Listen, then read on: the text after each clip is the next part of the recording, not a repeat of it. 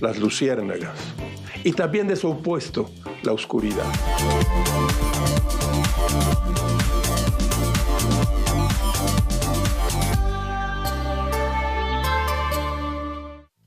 Bienvenidos a La Otra Aventura, un espacio dedicado al mundo de los libros. El novelista francés Henri Barbusse escribió: la sombra no existe, lo que tú llamas sombra es la luz que no ves. La humanidad suele ver como algo natural y merecido aquello que ha recibido siempre, sin esfuerzo de su parte.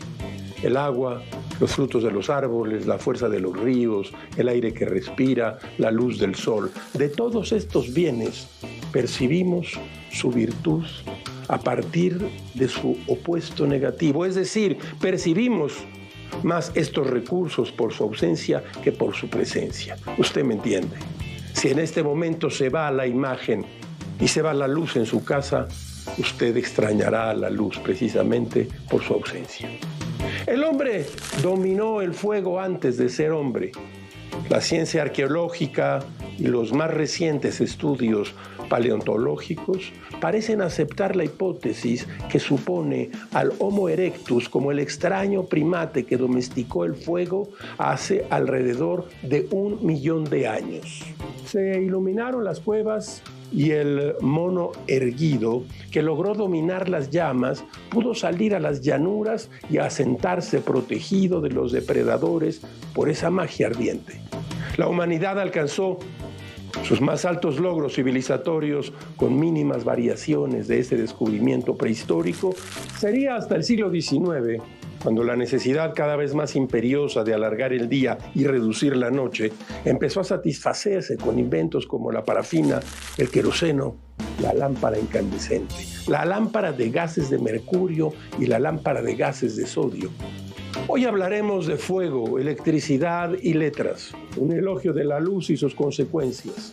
Hoy, la electricidad es un recurso indispensable para la vida y acaso hemos olvidado que en la larga historia de la humanidad la corriente eléctrica se cruza entre nuestros muros y nos alumbra desde lo alto de una novedad. Nos hemos acostumbrado muy rápidamente al control cotidiano de la luz y nos hemos olvidado de la sombra. Fue Octavio Paz quien escribió que la mucha luz es como la mucha sombra, no deja ver. Les recuerdo que fue Adolfo Bioy Casares quien escribió que leer era la otra aventura y que la primera era, probablemente, la vida misma. Estamos, pues, en la otra aventura.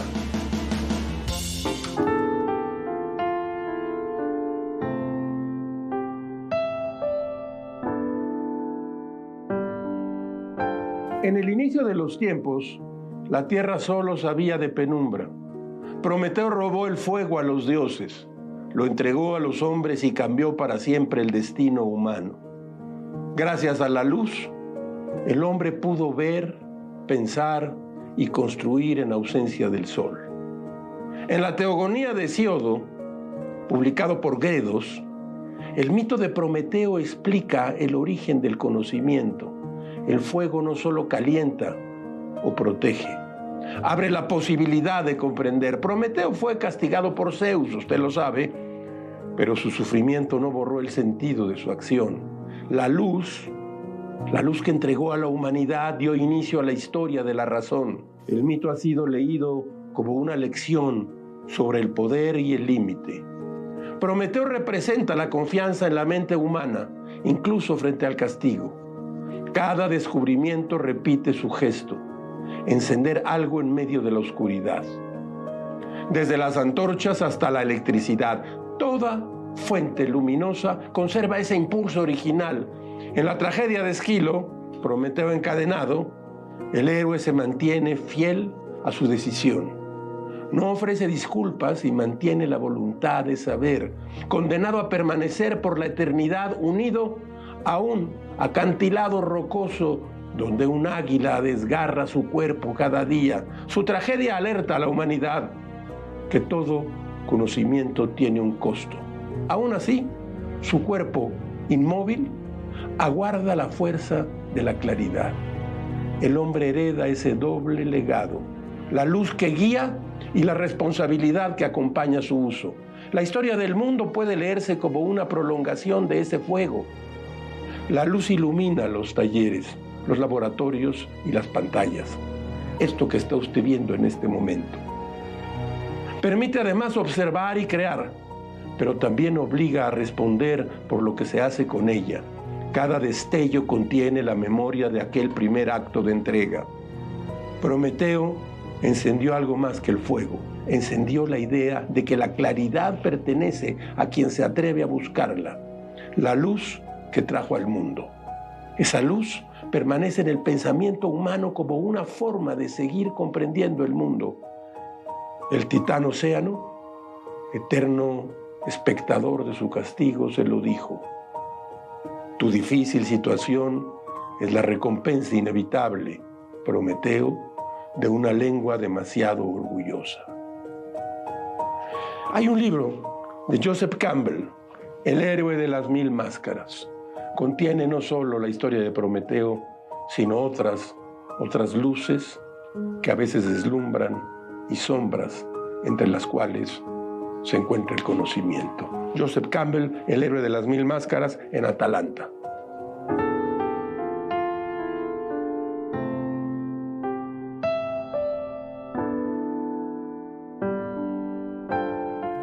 En la calle de República de Uruguay, en el centro histórico de la Ciudad de México, una pequeña placa a un costado de un anuncio de Se renta despacho e ignorada por el trajín de comerciantes, turistas y curiosos apunta: esta fue la primera calle de la ciudad que tuvo alumbrado público. Los cronistas del México antiguo dejaron por escrito que el Tlatoani Moctezuma II hacía alumbrar las calzadas y las bocacalles de Tenochtitlan, esa ciudad imposible.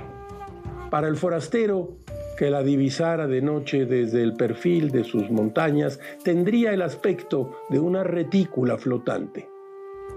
Encendida con luminarias de fuego, con la conquista se acabó esa buena costumbre urbana. En el Museo Nacional de Antropología e Historia puede usted encontrar reproducciones de aquellos braseros encendidos con madera resinosa y que representan las primeras unidades de alumbrado público de nuestra ciudad, así como usted lo oye.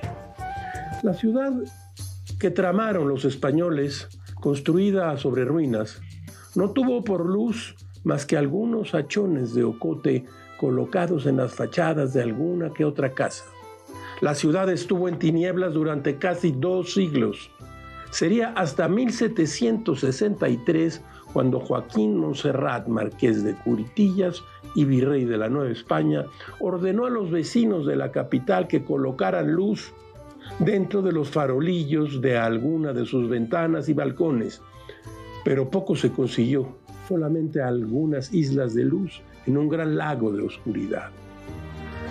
Los primeros faroles públicos encendidos con aceite de chía, ajonjolí o nabo se instalaron en el año de 1790 por orden del virrey Revilla Gigedo, y creó una cuadrilla de guardafaroleros que refrescaban el aceite y mudaban el pabilo durante las noches. Esa misma década, Alexander von Humboldt se refirió a la Ciudad de México como muy notable por su policía urbana.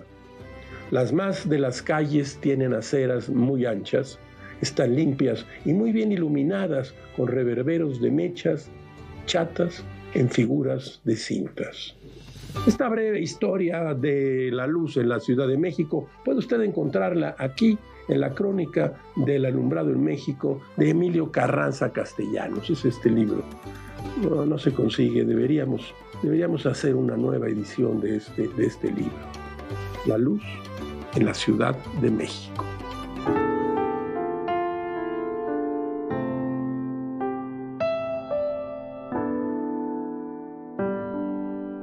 En la serie de miniaturas históricas que el escritor austriaco Stefan Zweig tituló Momentos estelares de la humanidad, se encuentra la historia de Cyrus W. Field, el hombre que logró conectar los continentes americano y europeo a través de un cable de cobre submarino. La odisea transatlántica se logró el 28 de julio de 1858. Es la historia del comienzo de un nuevo ritmo para la humanidad. Hoy hemos traído a esta sección el gran inicio de la primera palabra a través del océano, de Stefan Zweig. Escuche usted a Stefan Zweig. Durante los miles y tal vez cientos de miles de años transcurridos, desde que la singular criatura llamada hombre pisara la tierra, no hubo ningún otro medio de locomoción terrestre superior a la carrera de un caballo, a una rueda en marcha, o a un barco de vela o a remo. Toda la plétora de avances técnicos, comprendida en ese espacio estrecho e iluminado por el conocimiento al que llamamos historia universal, no había producido ninguna aceleración apreciable en el ritmo del movimiento. Los ejércitos de Wallenstein apenas avanzaban más deprisa que las legiones de César. Los de Napoleón no lo hacían más rápido que las hordas de Gengis Khan. Las corbetas de Nelson cruzaban el mar solo un poco más deprisa que los barcos piratas de los vikingos o los comerciales de los fenicios.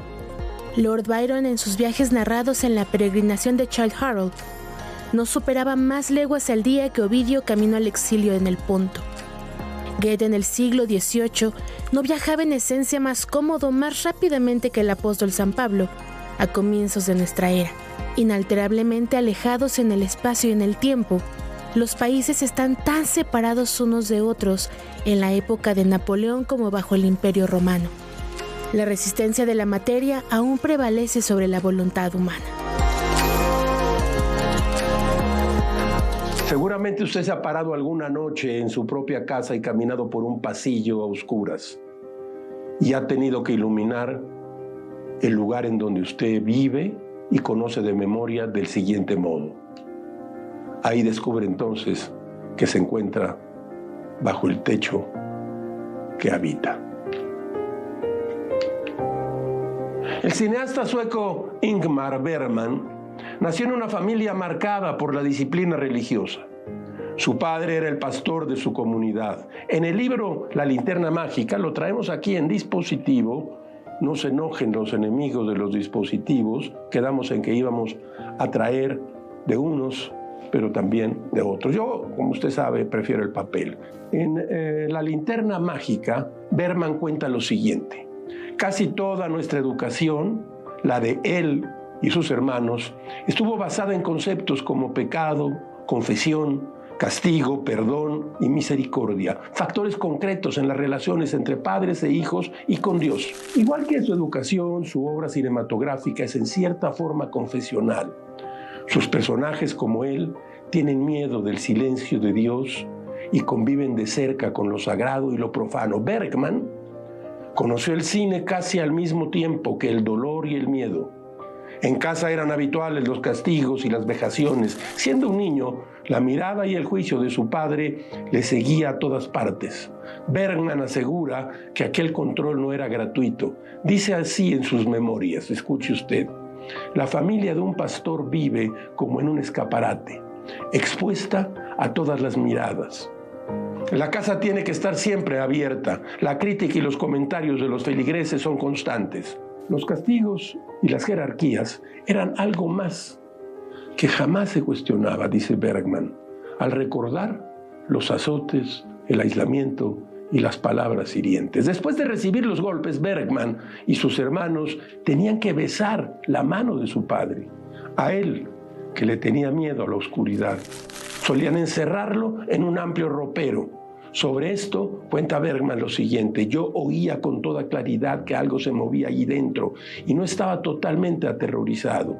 No me acuerdo de lo que hacía, probablemente me subía a los estantes y me colgaba de los ganchos para evitar que me comieran los dedos los monstruos.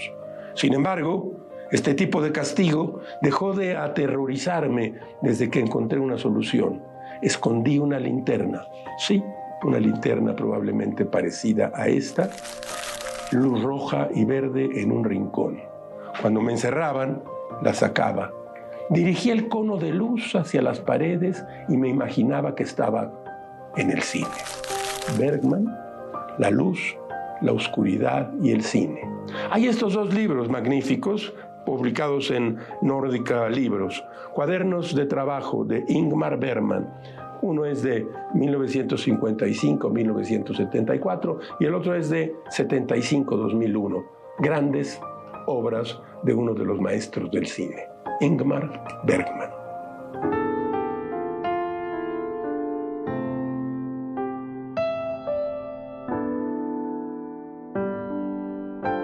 Usted lo sabe ya, en el taller de La Otra Aventura traemos asuntos y temas que tienen que ver con la emisión y el tema que hemos escogido para este domingo.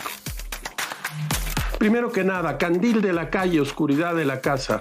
Este es un libro sobre la iluminación en la Ciudad de México de Lilian Briceño, Tecnológico de Monterrey y Porrúa. Un libro notable, muy informado.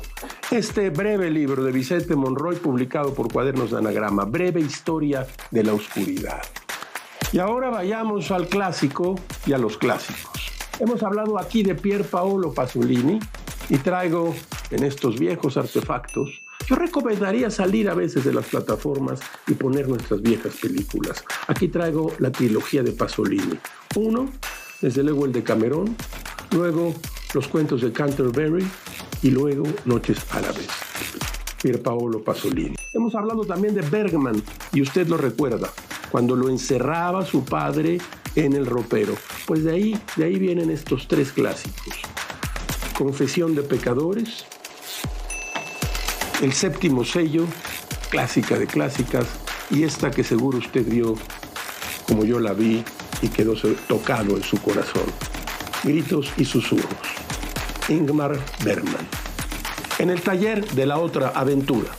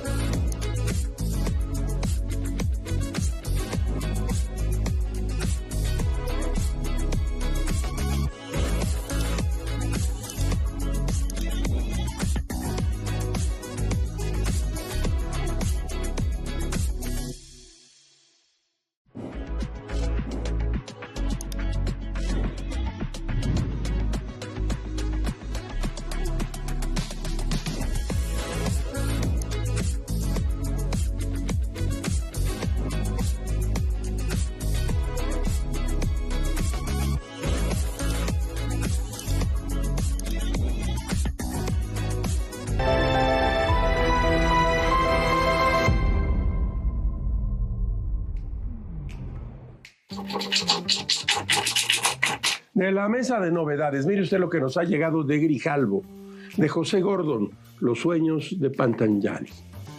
José Gordon lleva ya muchos años dedicado a la difusión de temas científicos. Su prosa fina está igualmente cerca de su conocimiento científico. Escuche usted. En esta fascinante novela, José Gordon nos interna en un sueño muy antiguo. Puede escapar la mente de las barreras del tiempo y estar a la vez en todas partes. José Gordon, una nueva novela.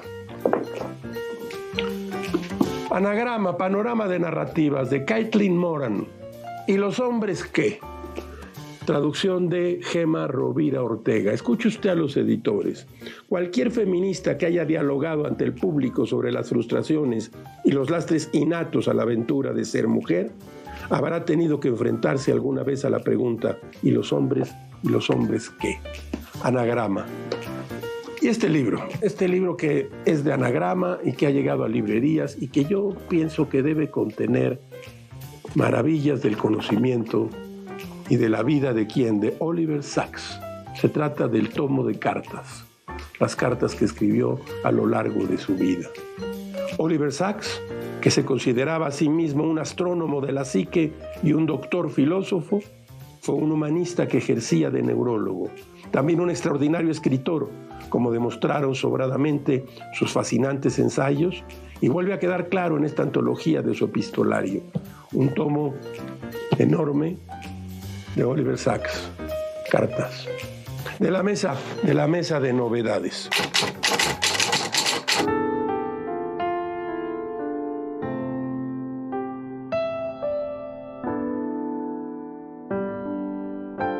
Escuche usted esta breve crónica de bolsillo. Aparecerá en breve el nuevo libro de Andrés Manuel López Obrador. Se supone que es un libro sobre historia y que ha estudiado y ha investigado en su rancho de Palenque sobre este asunto. Entre otras cosas, nos va a demostrar que efectivamente los mexicas no hacían sacrificios humanos, negando así toda una corriente bibliográfica, empezando por nuestro gran Matos Moctezuma. Además hará una gira por toda la República. Habrá que ver si es una gira triunfal o si se convierte más bien en una forma de autoderrota. El nuevo libro de AMLO. Hay una cierta inclinación de la luz en las tardes de invierno, que nos oprime, como el peso de las melodías de una catedral. Nos infringe una herida celestial que no deja marcas, solo la interna constancia donde los significados están. Nadie puede enseñarle nada, porque es el sello, la desesperanza, una aflicción imperial que nos envía el aire. Cuando llega, el paisaje escucha. Las sombras contienen el aliento. Cuando se aleja, es como la distancia, en la mirada de la muerte.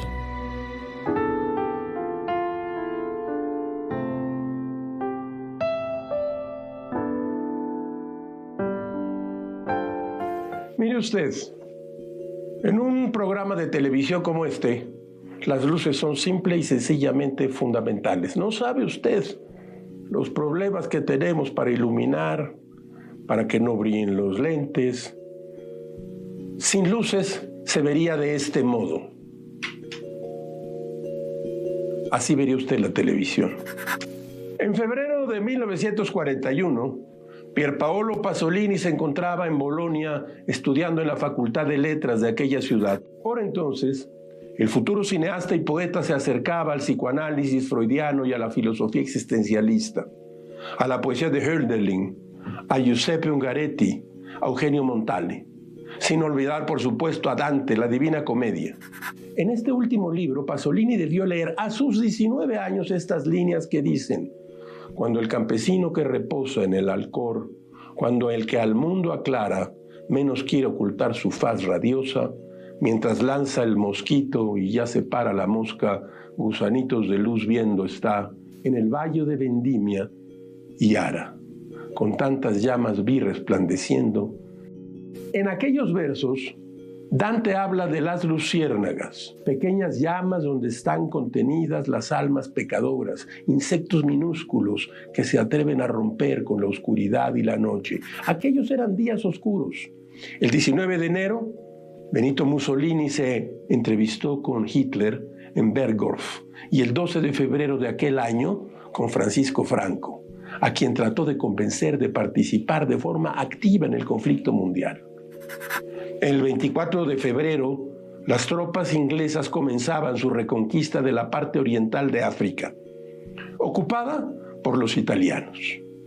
Unos días después, el 8 de febrero, el puerto de Génova fue bombardeado por la flota inglesa. Las luces del autoritarismo, la guerra y la propaganda alumbraban una Europa en llamas. En una carta escrita a su amigo Franco Fardolfi, fechada el 1 de febrero de aquel año, Pasolini cuenta lo siguiente: la amistad es una cosa muy bella. La noche de la que te hablo, cenamos en Padermo y después, en medio de la negrura sin luna, subimos hacia Pieve del Pino. Allí vimos una cantidad enorme de luciérnagas que formaban bosquecitos de fuego en medio de los setos de zarzas y las Envidiamos porque se amaban, porque se buscaban con amorosos vuelos y luces, mientras que nosotros estábamos secos y no éramos más que machos en un vagabundeo artificial. Pensé entonces en qué bella era la amistad y las reuniones de jóvenes de 20 años que ríen con sus varoniles voces inocentes. Ahí estábamos esa noche. Entonces encontramos un claro herboso y nos tendimos envueltos en mantas y conversando alegremente hasta que llegaron los primeros resplandores del día, que son algo indeciblemente bello, y nos bebimos las últimas gotas de nuestras botellas de vino. Un par de décadas después, Pasolini escribió estos versos que forman parte del poema La resistencia y la luz. Dicen así: la luz es siempre igual a otra luz. Después varió. De luz se convirtió en alba incierta y nueva luz tuvo la esperanza. Esta breve historia está contada en el libro Supervivencia de las luciérnagas de George Didi Huberman y lo traigo aquí en este dispositivo. Es un libro realmente notable. Traigo además, por cierto, un libro que es El fútbol según Pasolini, se lo recomiendo, y otro libro que es trágico, dramático y nos cuenta mucho de Pasolini. Lo escribió Simona Secchi y se llama Pasolini, masacre de un poeta. Está publicado en la editorial Malpaso. Pasolini, la luz y las luciérnagas.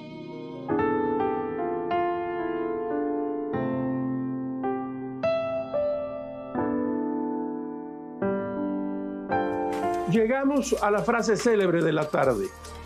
No entres dócilmente en esa buena noche. Enfurécete, enfurécete ante la muerte de la luz. Dylan Thomas. Nosotros nos vamos, pero se queda usted con mi compañero Max Espejel con la mejor información del día en ADN Noticias. Yo soy Rafael Pérez Gay y los espero aquí la próxima semana. Abres una puerta y aparece un mundo. Eso es un libro.